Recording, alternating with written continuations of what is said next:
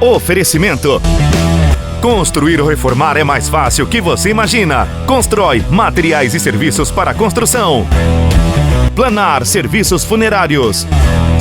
Supermercado Hickley, de coração aberto para atender você. Na última sexta-feira fomos até a Secretaria de Saúde para falar com o secretário Márcio de Carvalho Martins, né? E falamos de vários assuntos, mas o principal foi o caso lá do hospital dos medicamentos vencidos na farmácia do hospital, que trouxe alguns problemas aí, talvez até para o município em relação à reabertura do hospital. Bom, nós conversamos com o Márcio e perguntamos para ele qual foi as medidas tomadas a respeito dessa situação. Sabemos que foi trocado lá a responsável pela farmácia do hospital, mas gostaríamos de saber se só isso resolve. Se foi dado treinamento para essa outra pessoa que vai assumir a farmácia, enfim. Ele respondeu aí as nossas perguntas, respondeu ao VP News. Vamos lá ver o que ele diz? Boa tarde, Zé Adão. Boa tarde a todos os colegas da VP News. Houve uma vistoria da vigilância do Estado no hospital para atender com relação ao manejo de corpos, fluxo dos falecimentos no município, junto com a vigilância municipal. Durante a vistoria foram verificados alguns medicamentos com lote já vencido. Foi realizada uma vistoria maior pela vigilância municipal no hospital. Durante 2 dias, praticamente, fizeram a vistoria toda no hospital, fazendo a análise da parte de documentação e a parte material também. No dia que houve essa intervenção da vigilância, eu fui até o hospital à noite, pessoalmente, né? Conversei com a equipe e a equipe me garantiu que antes de utilizar o medicamento, todas as enfermeiras elas tinham já o comportamento automático de verificar validade, até por questão de confirmar se aquele medicamento realmente, elas verificavam a validade. Nós pedimos a abertura de uma sindicância para apurar, né, as condições, por que não foi feito esse controle, né, distribuir a responsabilidade para aquelas pessoas que realmente, né, devem ser responsabilizadas pela situação. Mas podemos garantir hoje que não tem mais nenhum medicamento. Foi verificado ampola por ampola, comprimido por comprimido lá no hospital pela vigilância sanitária. Foi feito um pente fino completo no hospital para analisar outros equipamentos, materiais de emergência que poderiam estar vencidos e foram retirados. E agora segue o trâmite do procedimento do inquérito para analisar a responsabilidade. Insistimos com o secretário em perguntar se a pessoa que foi afastada preliminarmente foi para onde, e se a pessoa que foi colocada lá na farmácia do hospital, se ela foi orientada para que possa saber como é o funcionamento lá, para que não venha acontecer mais erros como esse que aconteceu. Sim, preliminarmente nós afastamos do cargo de responsável pela farmácia a farmacêutica que estava no cargo, que até a resolução do Conselho de Farmácia, né, estipula que o primeiro responsável é o RT. Então a gente decidiu por retirar ela, transferir ela para outro setor, que agora trabalha na farmácia do município, e deslocar a farmacêutica que trabalhava na farmácia central para o hospital. E ela já tomou algumas atitudes de organização que vão facilitar esse controle, um controle mais rígido da dispensação de medicamentos. Márcio, vamos falar agora da estrutura do hospital, pois sabemos aí que foi instalado ou está sendo instalado um autoclave novo e bem maior. Também aí sabemos aí da intenção de trocar um raio-x, colocar um mais potente, de melhor qualidade. Como que está a estrutura do hospital caso ele volte a funcionar, volte a atender a população de Arapoti? A estrutura do hospital, Zé Adão, ela está adequada, né? O que a gente precisava organizar era algumas salas, colocar uma sala de aplicação num setor mais próximo da emergência, dividir o fluxo, essas questões de isolamento que nós temos agora, a ala de isolamento precisa ser uma ala que precisa ter alguma barreira. Então, algumas adequações assim, não mexendo na estrutura material do hospital, mas mudando algumas salas de lugar. A CMS, entrada de material, né, esterilização, essa sim precisou fazer uma reforma, porque a autoclave que nós recebemos, ela é um padrão bem maior do que nós esperávamos, é uma autoclave de ponta, então a estrutura dela é maior, precisa a carga elétrica que ela vai receber é maior, então a gente está fazendo uma readequação na estrutura elétrica para poder contemplar essa CME, essa autoclave na CME. Mas a gente já tem um outro plano paralelo, que é colocar as autoclaves menores para fazer já esse fluxo, para poder a gente já ter condições de trabalho no hospital com leitos abertos. Com essa estrutura do hospital hoje, é possível o hospital atender aí se chegar várias pessoas com Covid-19? Lógico, nós sabemos que os casos de Covid-19 aí confirmados não ficarão em Arapoti.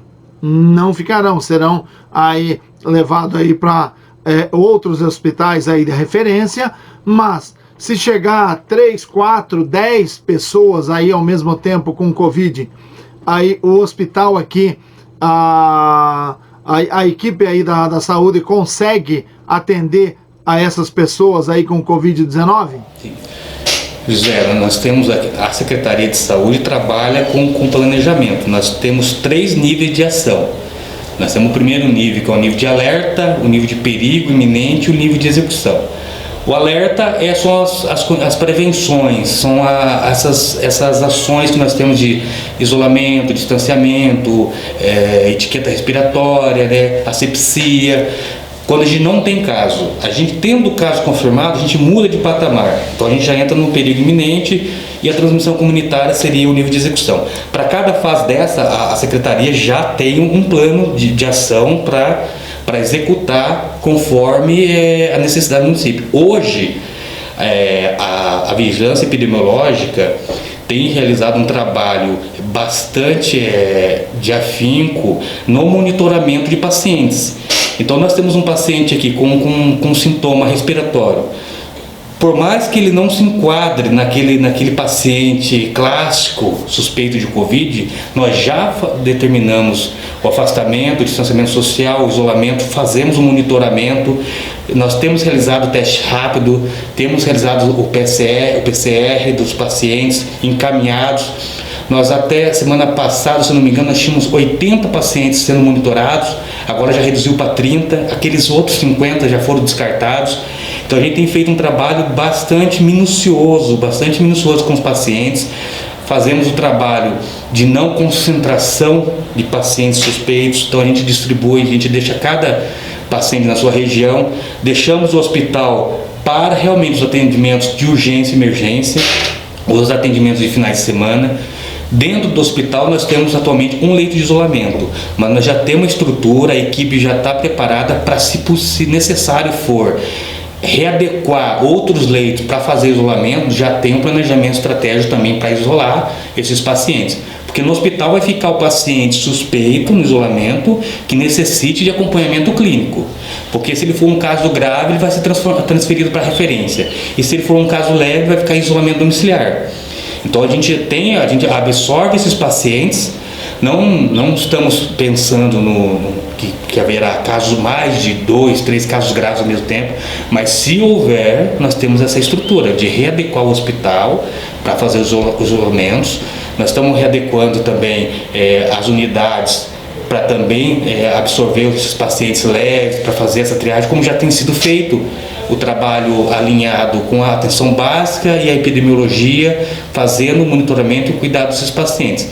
Então, o nosso hospital hoje, com o trabalho que tem tido até na audiência de métodos fiscais, eu apresentei alguns números, e demonstrei a diferença que deu do primeiro quadrimestre de 2019 para o primeiro de 2020. Então reduziu bastante os procedimentos no hospital. Isso tem dado uma folga, uma tranquilidade para os profissionais para trabalhar com essa questão dos isolamentos. Então nós estamos preparados para chegar o paciente, ser isolado, colocado na central de leitos, se for um caso grave, e transferido. Se for um caso que precisa de atendimento clínico, ele vai ser monitorado lá enquanto durar a necessidade, evoluindo esse quadro, como falei, tem a central de leitos, nós temos essa estrutura, esse contato direto, existe um comitê na terceira regional também, que é um ponto de contato entre o profissional médico e a equipe da regional. Mas se for o caso leve, como falei, vai ter feito esse isolamento domiciliar com acompanhamento da atenção básica e da vigilância epidemiológica. Perguntamos aí para o secretário de Saúde a respeito da dengue em nosso município. Já são mais de 30 casos, o que corresponde a mais de um caso a cada 1.000 habitantes. Perguntamos também o que está sendo feito para conter o avanço da dengue em nosso município. Lógico, a semana passada conversamos com os agentes de endemias e sabemos que eles estão fazendo aplicação de inseticida, estão fazendo todo aquele trabalho aí para tentar conter. Mas também a população precisa ajudar aí no caso da dengue. Vamos ver o que o secretário falou. Sim, então nós temos a preocupação grande com questão da dengue, né? Nós tivemos um atraso nessa aplicação do inseticida por questões protocolares da CESA com a Regional de Saúde, atrasou o treinamento dos nossos profissionais, mas agora com esse treinamento que eles tiveram desse inseticida, que ele faz um trabalho mais interno das residências, inclusive que esse momento de inverno é o momento que o mosquito vai se esconder dentro de casa, dentro dos carros, né? Dá aquela falsa impressão que o mosquito não circula mais no inverno, mas ele já se adaptou ao clima e ele acaba ficando se escondido dentro das residências, dentro dos carros. Então a gente tem uma preocupação, porque ele ainda continua colocando seus ovos nos locais que ele já conhece, que no momento que tiver as condições climáticas, né, ambientais propícias para a eclosão dos ovos, então ele fica ali mais ou menos 400, 700 dias ali, aguardando o momento propício para eclodir. Qual que é a orientação que nós damos assim para a população? Manter os cuidados como nas épocas de pico de dengue, né? Fazer a limpeza dos criadouros, limpeza dos quintais, receber o agente de endemias, receber as orientações dele, né? Agora nós estamos nesse momento de aplicação do inseticida, saber que esses profissionais foram treinados, são profissionais responsáveis, então eles estão fazendo um trabalho que é necessário, né, para o município. Essa ação da dengue depende, como já falei em outras oportunidades, bastante da contrapartida do cidadão, que é o profissional nosso, agente de endemias, fazer toda aquela orientação, aquela parte didática para o particular, para o cidadão, e ele responder com as ações em casa, fazer suas limpezas, porque é só dessa forma que a gente acaba. O vetor a gente vai conseguir eliminar com inseticida, mas o criadouro tem que ser eliminado também. Isso também parte da responsabilidade do cidadão. Eliminando o vetor, mosquito, eliminando os criadouros, a gente consegue fazer um controle e não acontecer o que vem acontecendo atualmente, né? Eu acho também, nós todos ficamos muito presos à questão do coronavírus, e às vezes em casa também a gente não tomou certos cuidados, e esses mosquitos foram aumentando, foram se contaminando e acabando transmitindo. Então agora é a hora da gente fazer o cuidado necessário para que a gente não tenha uma epidemia no município, né? A gente está 1 para 1.000, se a gente chegar a 3 para 1.000, a gente está em epidemia. Já tem alguns municípios, José, inclusive acho que Sengés também está na mesma situação que a nossa, também está numa pré-epidemia de dengue. Então nós estamos tendo um cuidado muito grave, um cuidado grande pela gravidade da situação. Inclusive o nosso profissional também, que já foi a Sengés, também ajudado a uma orientação. Então existe uma o conjunto dos profissionais da regional, dos municípios próximos, tem trocado experiências para poder controlar essa epidemia de dengue. Perguntamos ao secretário se ele queria deixar algum recado para a população a respeito aí do coronavírus, a Covid-19, ou a respeito da dengue. E também se ele queria, para acalmar a população, falar alguma coisa aí sobre o hospital, sobre a questão dos medicamentos vencidos que estavam lá na farmácia do hospital. Então, quero começar por essa questão do hospital, que deixou todo mundo preocupado, né? Houve algumas inseguranças por parte dos pacientes. Eu quero deixar para vocês que nós temos uma equipe bastante capacitada, que tem um cuidado bastante pormenorizado no trato, né? Apesar de que nós somos todos, né, passíveis de erro, existe um controle, um controlando o outro. A gente tem as ações no hospital para conter. Então hoje eu posso garantir para os senhores, né, para as senhoras, que não existe medicamento vencido no hospital. Foi feito um controle bem rígido lá para poder evitar qualquer dúvida sobre o medicamento.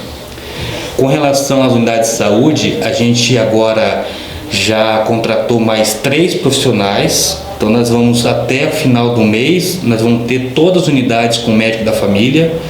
Vão voltar os atendimentos de pré-natal nas unidades, nós vamos fazer as puericulturas, né, o atendimento aos hipertensos, porque agora a gente vai ter, depois de alguns meses sem profissionais, profissional 40 horas nas unidades. Então vamos completar todo o quadro de médicos da nossa unidade para ajudar no controle da transmissão do coronavírus, mas também não esquecendo que a gente tem as outras comorbidades que precisam de acompanhamento. É uma preocupação da Secretaria de Saúde do acompanhamento desses profissionais, dessa população mais vulnerável. Eu já orientei a Secretaria de Saúde para que não falte exames para os pacientes com comorbidades, os diabéticos, hipertensos, cardiopatas. Agora, nessa próxima licitação que nós estamos realizando, vão ter seus exames garantidos.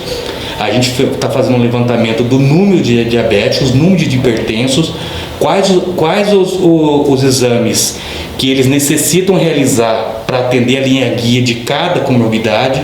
Então a gente está fazendo um planejamento de já ter uma reserva de exames, além dos exames de rotina, os exames, né, de acompanhamento, para que os pacientes não venham a sofrer a falta do atendimento. Inclusive agora que nós estamos passando uma situação de isolamento social, muitos pacientes não estão fazendo seus acompanhamentos, então a gente tem essa preocupação do pós-pandemia, o que vai acontecer, se a gente vai conseguir trazer esse paciente de novo, será que eles estão descompensados, não estão descompensados? Então a gente tem esse trabalho. Como eu falei, os programas das unidades, a gente vai trazer os programas clássicos que nós já temos, né, da linha de cuidado da atenção básica, que é o Hiperdia, o pré-natal, a puericultura. A gente também está pensando na saúde do idoso, fazer um planejamento para incluir a saúde do idoso e a saúde mental no calendário da atenção básica. Com relação à pandemia, né, ao coronavírus, que é o que está assustando bastante gente, eu quero agradecer aquelas pessoas que estão fazendo sua parte, porque, como eu tenho sempre dito para todos, para o José, para outros veículos que eu tenho conversado, é uma ação conjunta, é uma ação do cidadão. A Secretaria de Saúde sozinha não vai fazer nada, o cidadão sozinho também não vai fazer. Então, trabalhar em equipe. Eu sei que tem muitos empresários trabalhando em prol que essa pandemia passe, que a gente não tenha nenhum caso no município. Pode ser um sonho, pode ser uma utopia, mas a meta da Secretaria de Saúde é 0 casos. Nós queremos passar essa pandemia sem nenhum caso no município, e para isso a gente tem feito reuniões diárias, conversado diariamente, fora do horário de trabalho, né, sempre estudando, sempre aprimorando. A população também tem feito um controle das ações, tem se posicionado também nos casos das restrições.